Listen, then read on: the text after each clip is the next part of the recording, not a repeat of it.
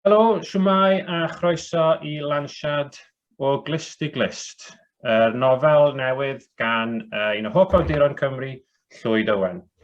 Hwn yw'r chweched daith i ni fynd i dref dychmygol Gerddi Hwyan, lle mae detectif Sally Morris ar drywydd y llofrydd cyfresol sy'n lladd rhai o bensiynwyr yr ardal. Mae fe'n gyffroes, mae fe'n efeilgar, mae fe'n effernol y dywyll mewn rhai llefydd, a mae fe yn y siopau nawr, felly ewch allan a mynwch gopi da chi. Alun Davies ydw i, a fe fyna yw Llwyd Owen, awdur o Glust i Glust a podfather Cymraeg. Siwr wyt ti, Llwyd? Da iawn, diolch yn fawr i ti, Alun, intro hyfryd fyna. Wel, da iawn. Reit, wel, fi wedi darllen nofel yn amlwg, wedi fwynhau fe'n fawr, felly llongyfarchiadau i ti. Hon yw yr bedwaredd nofel ar 10 ti sgwennu a'r chweched yn Gerddi Hwyan, ond nes i sôn gynnau. A mae hon yn dilyn ymlaen o Rhedeg i Paris, yr nofel diwetha di. Felly, nawr i ddechrau, bydde fe'n ei synwyr i ti jyst i atgoffa ni lle wnaethon ni adael pethau gyda Rhedeg i Paris a rhoi rhyw fath o grynodeb di-spoiler o Glust i Glust. Wel, na i dreul yng ngorau.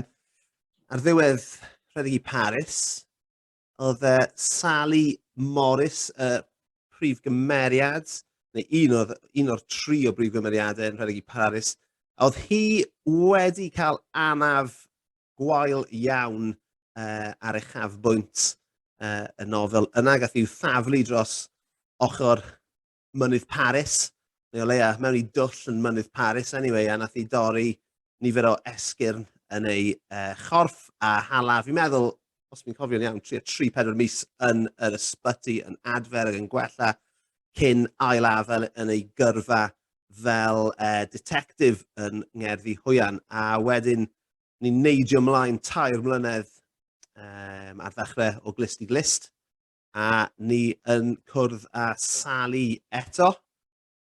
Sally, mae hi yn hapus o ran ei bywyd carwreithol hi erbyn hyn. Mae ganddi partner yn nhw Ben, sydd yn filwr, neu sydd o leiaf yn gweithio i'r fyddin. Ond mae rhoid esboniad neu synopsis bach di-spoiler yn reit anodd. I suppose yr unig, y peth hawsa i ddweud am o Glust i Glust yw bod 2 stori gyfochrog yn digwydd neu yn cael ei dadlennu yn y nofel, sef stori Sally a'i phartner hi, David Benson, yn mynd ar drywydd llofrydd cyfresol sydd yn lladd pensiynwyr. Falle nes i treulio gormod o amser gyda fy nhad dros lockdown, sa'n gwybod, ond a wedyn yn gyfochrog gyda y stori sydd yn digwydd yn y dyfodol agos, fel pob nofel Gerddi Hwyan. Mae gen i stori sy'n digwydd wedyn yn y gorffennol pell, I guess, 30 mlynedd yn ôl i fod yn fanwl gywir yn 1994 sydd yn rhoid cefndir a erbyn diwedd y nofel i chi'n deall pam fod y pensiynwyr yma yn cael ei lladd. Mae popeth yn dod nôl at ei gilydd. Dwi'n gobeithio. Dwi'n treol plethu nhw cyn diwedd y nofel, ynddo fe? A fel ti'n gweud, mae 'na 2 edefyn o'r stori, un yn y cyfnod cyfoes a un nôl yn y 90au. Wyt ti'n ystyried y 90au fel fi fel rhywbeth o oes air, pan oedden ni gyd yn ifanc a oedd byd o'n blaen ni? Heb os. Dim dyma'r tro cyntaf i fi fynd nôl yn 90au yn un o'r nofelau. Dwi wedi gwneud hynny yn y ddyled, a dwi hefyd wedi mynd yna yn Pyrth Uffern. Y peth yw, reit, Alun, amser ti'n ysgrifennu am unrhyw beth, os wyt ti'n gallu rhoi sleis bach o dy hunan mewn i'r stori, mewn rhyw ffordd, wedyn mae hynny'n mynd i gobeithio, anyway, ychwanegu bach o gredydwyedd i'r holl beth. So, dwi'n cofio'r 90au, dwi'n cofio'r 94, o'n i yn fy mhomp, dyna lle o'n i ar fy ngorau. It has been downhill ever since, so mae'r bell. Mae'r holl, mae'r holl gyfnod mor fyw yn nghof i. A mae fe'n hawdd iawn tapo mewn i'r atgofion hynny. So, unwaith eto, dwi wedi mynd nôl yna. Ond, I suppose, y gwahaniaeth mwyaf rhwng ysgrifennu am 90au y tro yma yw bod fi yn ysgrifennu trwy lygaid cymeriad benywaidd, lle yn y ddwy enghraifft nes i roi eiliad yn ôl, o'n i'n siarad am gymeriadau gwrywaidd. Wel, digwydd bod, actually, cos falle bydd pobl ddim yn gweld hyn, ond mi wedi gwneud rhywfaint o waith paratoi ar gyfer y sgwrs yma. A'r cwestiwn nesaf sydd gyda fi lawr yw, yn y nofel yma ac yn y nofel diwethaf yn arbennig, mae gyda ti sawl cymeriad benywaidd cryf, Detective Sally Morris yw'r brif enghraifft, ond mae hefyd gyda ti'r cymeriad yma, Maggie, a Maggie yn yr un yma. Ac o'n i'n meddwl, oedd hynna yn broses naturiol i fynd trwyddo fe, i sgwennu prif gymeriadau benywaidd, neu oedd hynna'n rhywbeth nes ti benderfynu bod ti rili eisiau gwneud? Wel, mae yna stori fan hyn, right? So, nôl yn 2018, nes i ysgrifennu yr unig ddrama lwyfan dwi wedi ysgrifennu hyd yn hyn. Enw'r ddrama oedd Rhybydd Iaith Anweddus.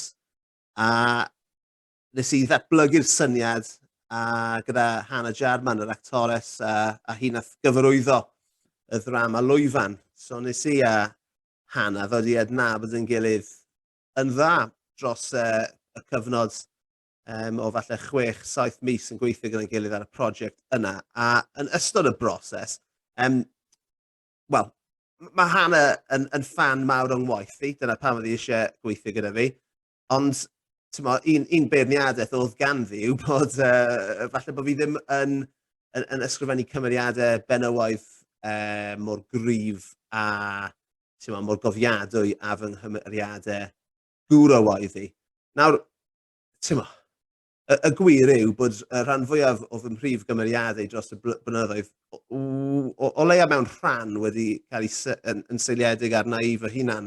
Ac eto, mae hwnna'n mynd nôl i rhoi darn o'ch hun yn y cymeriadau ac yn y stori. So, nath Hannah sort of herio fi i ysgrifennu cymeriadau benywaidd gwell. A gymeres i yr her yna o ddifri, a yn syth ar ôl i fi weithio gyda Hannah ar y ddrama yna, nes i ysgrifennu Iaith y Newydd gan, ac oedd hwnna'n fath o two-header rhwng cymeriad gwrywaidd a cymeriad benywaidd o'r enw Mair, sef y forwyn olaf yn y llyfr yna. A amser ni wedyn yn dod yn meddwl am y prosiect nesau, oedd Hannah Jarman yn fath o yn y meddwl i hefyd. A i fod yn onest, fi wedi ysgrifennu cymeriad Sally Morris yn rhedeg i Paris ag yn y nofel yma, gyda rhyw ffantasi yn ymhenni o falle un dydd gallu trosi'r gyfres ar gyfer y teledu a bysa Hannah Jarman ei hunan yn chwarae rhan Sally Morris. A mae'r disgrifiadau ohoni, disgrifiadau o Hannah ydyn nhw. So, dyna fath o genesis, y rheswm dwi wedi wneud mwy o ymdrech i gyflwyno cymeriadau benywaidd cryfach a mwy crwn a mwy cynhwysfawr a mwy cyflawn. I loves a bit of cyflethreni gyda llaw, fel ti jyst wedi clywed. Ac, so, fi hefyd yn dad i ddwy ferch, a dwi'n definitely'n feminist, so, pam lai. A hefyd, fel ti wedi crybwyll, hwn yw nofel rhif 14, so dwi ddim eisiau just teimlo fel bod fi'n, yn neud yr un peth drosodd a drosodd. So mae'n bwysig wedyn herio eich hunan fel, just ar lefel bersonol i wneud rhywbeth bach, out of the ordinary. Ie, yn union, pwysio dy hunan allan o'r comfort zone. Ond tra bod ni ar yn siarad am cymeriadau, sut ti'n creu cymeriadau hyn i gyd. So, o'n i'n meddwl, fi sydd yma yn dy holi dyn, o'n i'n meddwl byddai'n ddiddorol i ofyn i gwbl o awduron eraill. Os oedd gyda nhw unrhyw gwestiynau, byddwn nhw'n hoffi i fi roi cerdd y fron di. Ac mae hwn nawr yn addas, cos mae hwn yn siarad am gymeriadau, mae hwn yn dod o awdur, jyst yn dechrau dod trwyddo a gwneud enw hyn yn y sîn Gymraeg, really. Rwy'n enw Manon Steffan Ross, wedi clywed amdani hi o gwbl? Ie, mae'n canu clwch. Mae'n canu clwch, disgwyl pethau mawr gan hi. Ond, wel, na i ddarllen allan y neges nath i anfon fan hyn. So mae'n gweud, mae Llwyd yn gwybod cymaint o ffan ydw i, a hefyd bod ei lyfrau yn gadael kraith emosiynol enfawr arna i. So ni'n licio gwybod faint o Llwyd ei hun sydd yn y cymeriadau mae fe'n ei greu. Oes na ryw alter ego llawn dicter a malais mae Llwyd yn cael ei wared arno o'i system wrth sgwennu'r llyfrau yma sy'n aml yn wych o ddychrynllyd? Wel, mae hwnna'n gwestiwn da, dwi'n Neu os ti'n edrych ar y ffordd arall, ife y cymeriadau erchill yn y llyfrau yw'r Llwyd iawn, a hwn yw'r sort of ffysad sydd o'n blaen ni nawr. Ie, god, mae fe mor weird, reit, achos ar ddechrau fy ngyrfa, o'n i'n rhoi cymaint o fy hunan mewn i gymeriadau, yn ywedig i'r prif gymeriadau. Fi'n meddwl am gymeriad Luke Swan a Alun Brady yn y nwy nofel gyntaf. O'n nhw fel 70% fi. Ond erbyn hyn, dwi'n... A mae fe falle'n rhywbeth i wneud gyda, amser ti'n dechrau ysgrifennu, y mwyaf dy hun ti'n rhoi yna fe, y mwyaf credadwy ac ati, am gyda drosant. Be sy'n gwneud cymeriadau yn gredadwy yn aml yw gwendidau, ynddo fe? Ie. So dyna'r math o beth bydde ti'n tynnu o dy hun i roi gymeriadau eraill. Ie, mae'n lot fawr o fath o self-loathing, hunan gasineb, I guess, yn y nofelau cyntaf yna, yn y rhai cynhara. Ond erbyn hyn, fi'n meddwl gyda, just gyda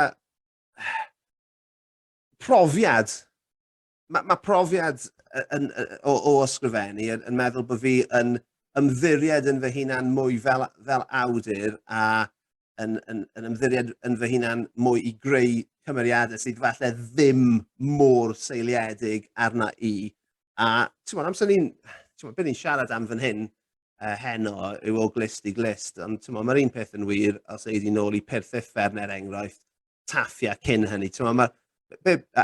Nofelau gerddi hwyan, Mr Blythe wrth gwrs cyn hynny. Be dwi yn cyflwyno fan hyn yw thrillers.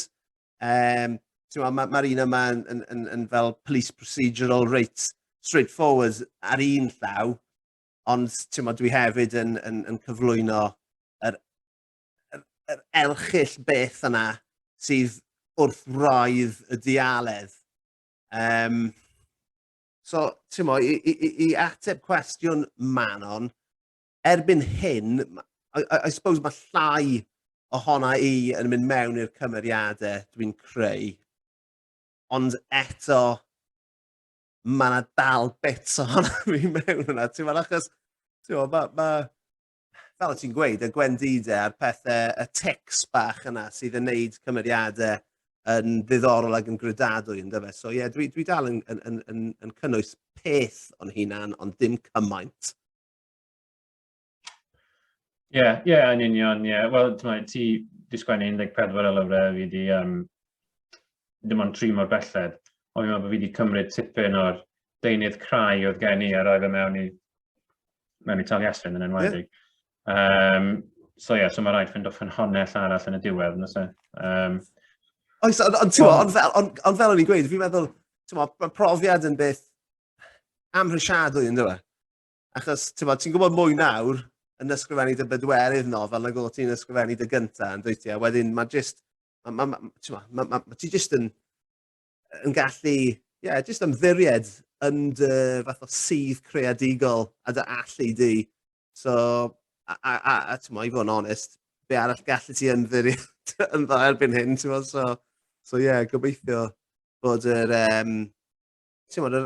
erchylltra yma dwi yn dod ar tywyllwch yma dwi'n cyflwyno, a ma' 'na bethe, fel ti 'di crybwyll ar y top. T'mo, ni yn mynd i lefydd tywyll, ond fel darllenwr brwd fy hunan, t'mo, dyna be dwi eisie darllen am, t'mo, a fi'n gobeithio fi'n meddwl dyna beth ma' darllenwyr i eisie darllen am hefyd, achos hei man, dwi'n byw mewn tŷ neis gyda fy nheulu neis, mewn ardal neis. T'mo, ma' mywyd i yn... Sa'n i'n ysgrifennu rhywbeth biwgraffiadol amdano mywyd i, fyse neb eisiau darllen e. Na, neb eisiau darllen llyfr am bobl dosbarth canol Cymraeg yn mynd i Asda. Waitrose. Yn union, ie. Wel, digwydd bod, o'n i'n sgwennu rhywbeth i ddeflan rhywbeth o the thing fi'n paratoi ar gyfer e. Oedd rhyw foed i wneud dyfyniad. Oedd beth fi'n gweud i wneud â creu stori, creu cymeriadau. A oedd e'n gweud rhywbeth fel, you don't have a story until something goes wrong. So os yw popeth yn mynd yn iawn, ti'n dwe? Mae hynna'n boring, ti angen yn mynd yn wrong.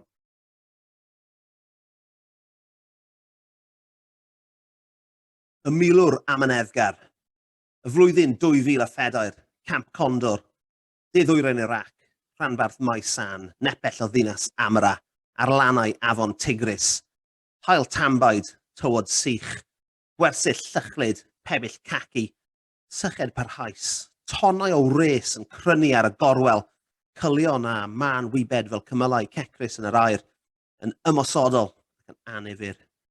Dyddiau o ddiflastod, patrolio, ffrwydriad a wrthdaro, adrefnu, reality bywyd catrawd swydd Stafford, flwyddyn gyfan ar ôl cychwyn y rhyfel diweddaraf yn y Gwlff. Mewn cyfnod cymharol dawel, heb fawr o ryfela ar hyn o bryd, ddim yn y rhan hon o'r wlad ta beth, a gyda'r rhan fwyaf o'i gyfoedion yn cysgodi rhag yr haul a'r pryfed, eisteddai 1 milwr ar wahân ar gadair blastig o dan unig balmwyfen y gwersyll. Mewn pabell gyfagos, gallai glywed chwyrnu dwfwn un o'i gyd soldiers. Yn un arall, lleisiau'n codi'n gystadleol o amgylch y bwrdd cardiau. Yn y pellter, Salat al-Asar, sef galwad i weddio diwedd y prynawn y mosg y dref agosaf. Crensiodd y tywod grynynog rhwng ei ddannedd, gwagiodd ei drwyn o'r llysnafedd greanog, yr ei ddwydiodd am goncrit, cadar a hinsawdd diflas ei filltir sgwar. Cymylau llwyd, glaw man, gwynt maen, ysbeidiau heilog yn yr haf yn hytrach na gres ffwrnes beunyddiol. Yn llaw dde'r milwr, cyllell yn y llaw chwith, carreg hogi lwyd wedi ei threulio. Defod ddyddiol, gysylltiad cysefin a'i deulu gyda'i gindeidiau. Sgleiriau'r llafn yn hanbeidrwydd y prynhawn wrth i'r sosial hypnotig ei swyno. Meddyliodd y milwr am y bobl yr oedd wedi ei difa ar faes y gad yn ystod y ddegawd ddiwethaf, yn troi ei olygon at y rhai oedd yn aros amdano adref. Nid oedd yn gwybod a oedd y rheini a laddodd hyd yma yn heiddi ei ffawd a'i peidio, jyst gwneud ei waith o dde. O ganlyniad, ni deimlau unrhyw emosiwn am ei weithredoedd, ond gwyddai yn iawn bod y rheini ar ei gach restr yn heiddi popeth oedd i ddod. Anadlodd y milwr yn ddwfwn wrth i'w hwynebau fflachio'n llygad ei feddwl, neu atgofion. Roedden nhw mor fyw ag erioed ddegawd ers iddo ei gweld nhw ddiwethaf. Cododd y gyllell ac archwilio'r llafn. Ni allai fod yn fyniocach. Dychwelodd y gyllell i'w gwain yn codi yn mynd i chwarae cardiau.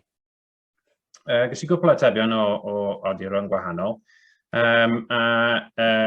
Cwestiwn arall ges i oedd gan awdur, fi'n gwybod ti'n dipyn o fan o'i waith wedi clywed ti'n canu glodau yn y gorffennol, Dyfed Edwards, awdur Bedydd Tân. Dwi'n siŵr bod ti wedi gweud yn y gorffennol, ti'n mynd teimlo bod fe'n cael digon o credit am safon i y stwff mae fi'n sgrifennu. Dwi'n fan mawr o'i waith e, ond mae gyrfa Dyfed yn mynd nôl 20 mlynedd a mwy, a mae wedi bod yn cyhoeddi llyfrau yn y Gymraeg ac yn Saesneg trwy'r cyfnod hynny. A fi'n meddwl gyda Bedydd Tân, waw, just waw, o'n i'n methu credu pa mor dda oedd y nofel yna. A fi'n gwybod bod e yn gweithio ar ddilyniant, so dwi'n methu aros i ddarllen hynny. A oedd e'n gweithio fi bod gyda fe gyfres o 5 nofel yn y gyfres yma sy'n mynd i ddigwydd 10 mlynedd ar wahân. So mae'r un cyntaf fi'n meddwl yn digwydd yn 1979, so bydd nesaf yn 8999. A mae hwnna, just yn ei hunan, mae'r cysyniad yna. O'n i fel, damn, mae hwnna'n syniad mor dda. So, yeah, big fan. Ond, so, o dyfod yn gweud bod fe'n edrych ymlaen yn arw at ddarllen o Glust i Glust, ac i unrhyw un sy'n dilyn ar Twitter, chi'n gwybod bod fe'n dipyn o fan neu cymryd diddordeb yn sut mae bobl yn ysgrifennu a rhoi cyngor ar sut i sgwennu. So, i gwestiynau oedd, sy'n ni'n licio gofyn i Llwyd, lle mae'r man cychwyn iddo fe gyda nofel? Yw e'n cynllunio neu'n mynd ati heb glem lle mae fe'n mynd gyda'r stori? Na. I mean, yn draddodiadol, ac eto mae hwn yn clymu mewn gyda be o'n i jyst yn gweud am yr hyder a'r profiad yna sy'n dod gyda cyhoeddi mwy a mwy o nofelau. Ond, ar dechrau fy ngyrfa, o'n i'n cynllunio popeth bron i'r paragraff. O'n i'n obsessed. Fyswn ni'n dechrau gyda... Mae pob... Sa'n gwybod sy'n mynd i gweithio gyda ti, ond gyda fi, mae pob nofel, mae yna bron fel moment eureka, lle mae yna hedyn, a wedyn fi'n gallu ehangu a wneud i'r hedyn yna dyfu. Dwi jyst yn treol, off top ym mhen, fi jyst yn treol meddwl beth oedd yr hedyn i'r nofel yma. Dwi jyst ddim yn cofio off top ym mhen ni. Ond mae rhai o'n nhw wedi bod mor syml a amser nes i ysgrifennu Heilfan sydd yn sôn am 2 adeiladwr sydd hefyd yn fel cat burglars. A dath yr egin y syniad y nofel gyfan o'r ffaith bod adeiladwyr gyda fi yn y tŷ yn ei gwaith. A bod ni fel perchnogion tai yn ymddiried mewn adeiladwyr ac yn rhoi allweddi sbar iddyn nhw. A y syniad yn nofel Heilfan, spoiler alert, yw bod yr adeiladwyr yma, maen nhw'n gwneud job, maen nhw'n gwneud copi o'r allwedd maen nhw'n cael, a wedyn maen nhw'n dod nôl mewn 2 flynedd i ddwyn o'r tŷ, ond maen nhw'n gadael, gap. So mae'r fath o'r egin a'r hedyn yma yn gallu bod yn rhywbeth mor fach a just, rhoi allweddi adeiladwr. Ond o ran y cynllunio, dwi dal yn credu yn gryf bod hi'n bwysig i gynllunio. A fi'n gwybod bod hwnna ddim yn gweithio i bawb. A fi'n gwybod bod pob awdur yn y byd yn gweithio mewn ffordd wahanol. Ond i fi yn bersonol, dwi yn hoffi cael real syniad. I mean, y peth cyntaf dwi'n neud yw eistedd lawr, amser mae gen i syniad a dwi wedi cyflwyno'r syniad fath o bras i ehangu hwnna wedyn. Na i eistedd lawr, a mae'n gymryd falle wythnos, dim bob awr o bob dydd, ond na i really meddwl yn ddwys am shwt bydd y stori yn datblygu. A wedyn na i dorri y fath o'r synopsis eitha manwl yma mewn i benodau.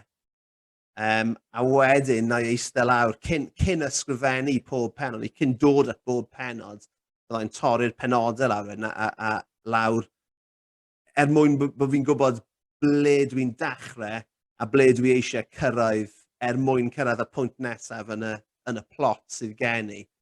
Wrth gwrs, mae hwn i gyd yn gael, mae fe'n broses organic fel ti'n gwybod, so falle bod ti'n meddwl bod ti'n gwybod lle ti'n mynd, ond wedyn mae dy gymeriad di ambell waith yn gallu cymryd ti mewn cyfeiriad gwahanol, ond Ond, ti'n mo, yn y bôn, dwi yn credu yn gryf mewn cynllunio. So... Mae ti a fi, bron, fi'n meddwl bod ni wedi mynd i'r gwrthwyneb bron, achos gyda adrodd llofrydd, nes i'n really cynllunio dim o gwbl. Oedd Mae hwnna'n rhyfeddol o ystyried be nes ti gynhyrchu. Wel, o'n i'n cathach, really. Oedd hwnna mwy na lai off the cuff. A wedyn, wrth i fi fynd mlaen, fi'n meddwl bod wedi sylweddoli bod mae fe yn haws os oes gen ti gynllun, achos mae ti rwy'n syniad lle wyt ti a lle ti eisiau mynd. Ond fi'n eitha pendant hefyd bod fi eisiau cadw rhywfaint o fel y ti'n gweud y rhyddid yna i fynd off script, really, a wneud rhywbeth bach mwy spontaneous a mynd lle mae'r cymeriadau yn dweud. So mae fe'n sort of balancing act, really, yn dweud, rhwng cael cynllun a sicr ato fe, neu wing it. A ti eisiau cymryd e o un lle ambell waith a fel arall, droi'n eraill. Ond, diddorol, mae pawb yn wahanol. Mae pawb yn. Dyna'r beth. A ti'n os ti'n ffeindio rhywbeth sydd yn gweithio i ti, gret, yma. Ond, a dwi'n meddwl bod fi wedi, o ran, dwi wedi newid o ran sut dwi'n mynd ati, achos fel o'n i'n gweud, o'n i'n arfer llenwi fel box file gyda nodiadau ar gyfer fy nofelau cynnar i. Ond, dwi ddim yn neud hynny. Ond eto, y rheswm am hynny yw bod fi'n ymddiried yn fy hunan fel awdur erbyn hyn, lle do'n i ddim ar y dechrau. So, ie, mae na ryddid i ddilyn fath o trywydd anusgwyl o fewn y narratif, a mae hynny yn gyffroes. Ac yn aml, dwi'n plotio'r syniad ar nofel, a dwi'n meddwl bod fi'n gwybod ble dwi'n mynd i orffen. Ond, dwi'n meddwl dim ond unwaith dwi actually wedi defnyddio diweddglo oedd gen i yn ynghof ar y dechrau. Achos mae pethau yn newid, ti'n mo?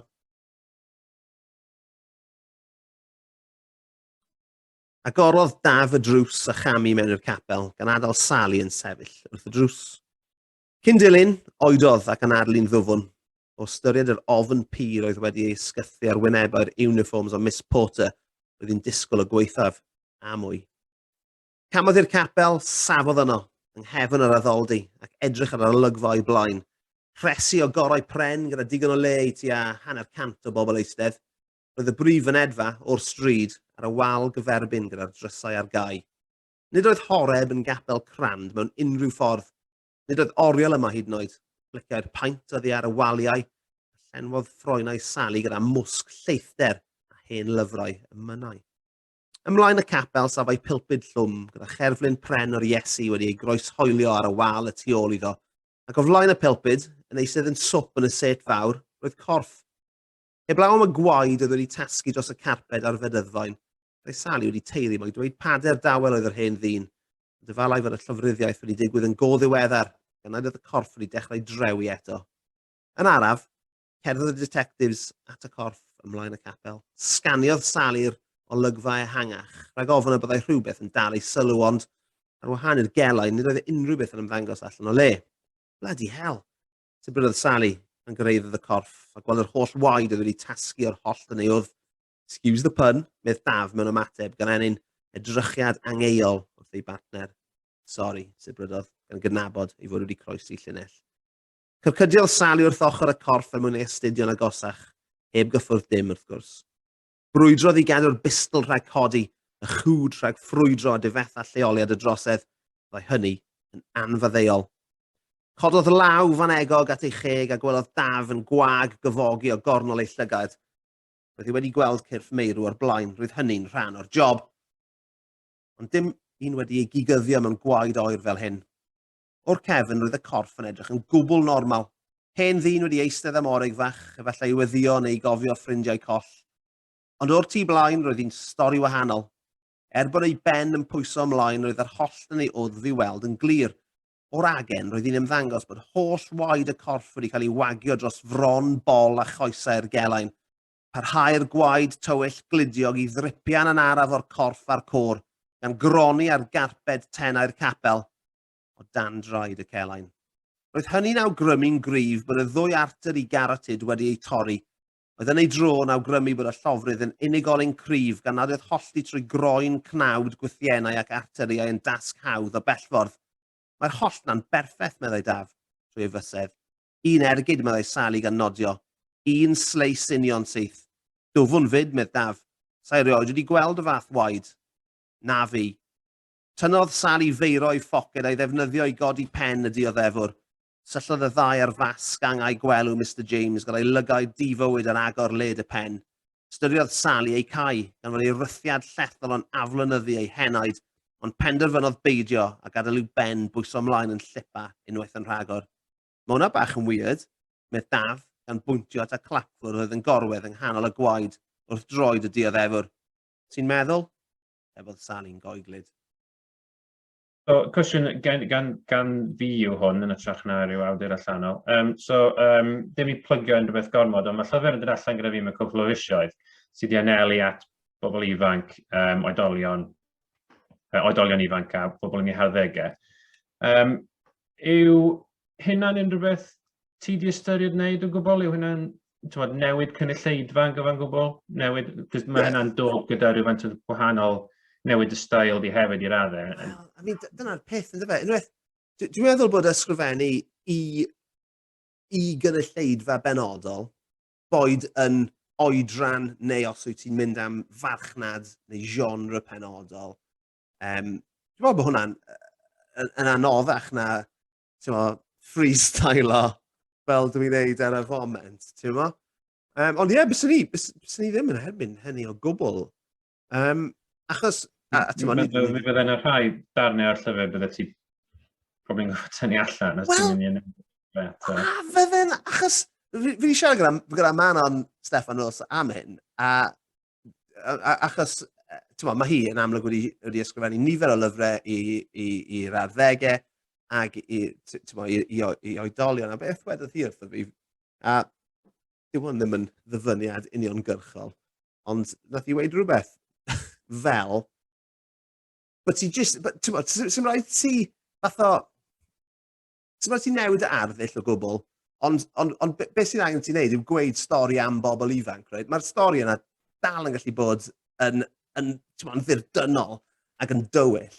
A fi'n meddwl bod nofel ddiweddara Manon, sef Llechi, yn brawf o hynny. Mae Llechi, mae hi'n gweud bod fi'n dywyll ac yn erchyll.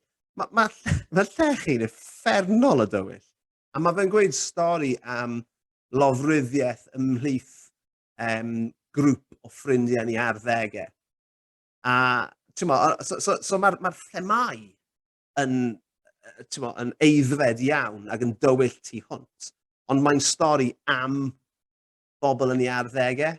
So dyna fel bysen ni'n mynd ati fi'n meddwl yw, bysen ni ddim eisiau cyfyngu'n hunan o ran y stori, ond just adrodd I trwy lygaid pobl ifanc neu plentyn, falle yw'r allwedd i'r peth.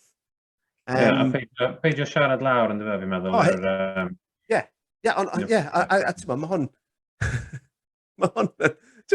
Ac eto, ni'n dod full circle nawr, nôl I sio ni yn y 90au. Nawr, fi yn ffrindiau, a fi wedi adrodd rhai o'r straeon yma yn y ddyled, sydd yn seiliedig ar lot o bethau o'n i'n neud yn yn arddegau. A, o'n i'n silly billies, ac wnaethon ni'n neud lot o bethau reit ddrwg. So, ni'n meddwl bod yn plant ni, a ti a fi yn dadau I y blant sydd yn ei arddegau.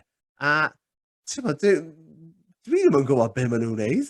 A, amser maen nhw'n mynd allan gyda'i ffrindiau nhw, i'r dref neu be bynnag I. Dwi ddim, yn yr un ffordd, a doedd dim syniad gyda'n rhieni I beth o'n i'n neud. A fi jyst yn gobeithio bod yn plant I ddim yn neud hanner y pethau o'n i'n neud amser o'n i roi dren yn ei, Ie, wel, ignorance is bliss, am beth Definitely. Reit, wel, be nawn ni, mae dy fi un cwestiwn arall gan un awdur arall. Dwi'n gwybod bydd ni'n gallu ateb hwn yn eitha chwym. So, neb llai na Bethan Gwanas wedi cynnig. Be sy'n mynd yn y nerfe di a wrth sgwennu llyfr neu wrth ddarllen llyfr? Wel, llyfr boring yw'r peth sy'n mynd ar y nerfau mwyaf. Does na ddim rheswm bod llyfr yn boring. Dylse llyfr ddim bod yn boring, right? Dylse... Sa'n gwybod. Oedd gan yn mamgu i reol, oedd hi'n ddarllen roig brwd iawn. A ei reol hi oedd, os nag yw'n yn mwynhau'r llyfr o fewn 2 bennod, dwi ddim yn mynd i ddarllen gweddill y llyfr. Mae yna ormod o lyfrau da allan yna i gario ymlaen gyda llyfr diflas. A mae hwnna wedi aros gyda fi.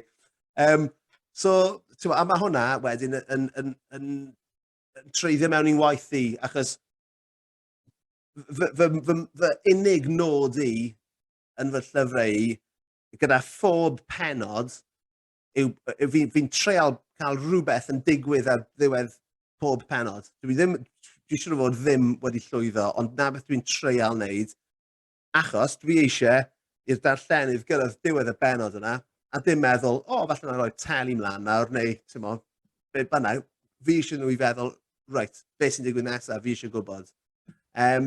Llyfrau diflas. Cael ni gysaion oedd pobl o Twitter yn gweud bod yn mynd i fod lan tan 1 o'r bore yn rhywbeth nhw yn darllen. Ie, ond, does na ddim esgus am lyfrau boring. O ran y broses ysgrifennu, dwi'n caru ysgrifennu rhyddiaeth. Bys ni'n hoffi gallu gwneud lot mwy na dwi yn gwneud dyna'r gwir ohoni, ond does na ddim byd dwi ddim yn mwynhau amdano. Dwi'n mwynhau'r cynllunio, y paratoi, yr ymchwil, y dychmygu, y breuddwydio. Dwi'n caru'r actual broses o eistedd lawr ar ben yn hunan gyda sgrin wag a llenwi'r sgrin yna. Does na ddim byd mwy boddhaol na, dod i agosau at amser cinio gyda 2,000 o eiriau o dan dy felt ti'n barod am y dydd. Ti wedi gwneud job da dwrnod yna. A wedyn wrth gwrs, ar ddiwedd y broses, mae'r golygu, mae gen i olygydd gwych. Fi'n meddwl, taw'r un golygydd sydd gyda'r ddau, ni Meleri Wyn James. Mae hi yn ffantastig. Mae hi'n dod â mewnwelediad mor graff i'r holl broses. Achos erbyn bod fy llyfr i'n cyrraedd hi, dwi eisoes yn reit ddall i'r holl beth, a ti wedi darllen 5-6 gwaith erbyn bod hyd yn oed yn mynd at Meleri am y tro cyntaf. So wedyn mae hi'n gallu dod mewn a'i arbenigedd, a'i gweledigaeth hi, a'i syniadau hi. Ac wedyn ar y diwedd wrth gwrs ti'n cael copi caled yn dy law, a mae hwnna yw un o'r teimladau gorau geidi. Ie, cos ti'n aml yn cael, ti'n fel arfer yn cael y copi cyntaf, fi'n meddwl, yn dweud, ddod off o was. Mae hwnna'n dod mewn padded envelope i ti. A dyn nhw'n gweithio ti pryd mae fe'n dod fel arfer, so mae fe jyst yn troi lan i'n dwrnod, a wedyn ti'n cael, mae fe'n brofiad eitha, nid i ddetholino yna fe fi'n meddwl. Na, dim o gwbl, dwi heb eto, rhoi fel na. Wel, a ti wedi cyrraedd rhif 14, so llongyfarchiadau eto. Mi nes i wir fwynhau darllen hwn, byddwn ni wir yn argymell i bawb sydd allan yna. Os ydych chi'n fan o Llwyd Owen, ewch allan i brynu fe'n amlwg. Os ydych chi ddim, triwch hwn, mi fyddwch chi'n fan yn fuan iawn. Mae fe'n y siopau nawr, yn eich siopau lleol chi, mae fe ar wefan Lolfa. Mae'r siopau hefyd, lot ohonyn nhw'n cymryd archebion dros y we. Peidiwch am un o'r gwefannau mwy, cefnogwch eich siopau lleol chi. A dyna'r cwbl amser sydd gyda ni ar gyfer heno, ond mae gyda ni unrhyw un sydd eisiau mwy, os yw hyn ddim wedi bod yn ddigon i chi, Yna, allwn ni dweud bod fi a Llwyd, mi fydda un holi Llwyd unwaith eto, o Glust i Glust a bob math o bethau eraill yn Tafwyl blwyddyn yma ar y dydd Sadwrn, 4:45 yn y prynhawn. Dewch draw, gobeithio bydd yr hael allan. Gewch chi cwpl o beint wrth wrando yna ni. Falle, os yw ddigon y hael allan, falle byddwn ni'n gwisgo shorts hyd yn oed, ond gawn ni weld yn agosach at y pryd. Ond, dydd Sadwrn Tafwyl 4:45, ewch allan a prynwch o Glust i Glust nawr i baratoi ar gyfer hynna. Llongyfarchiadau eto Llwyd, diolch yn fawr i ti. Diolch i ti, boi. Diolch yn fawr. Diolch i chi am wrando.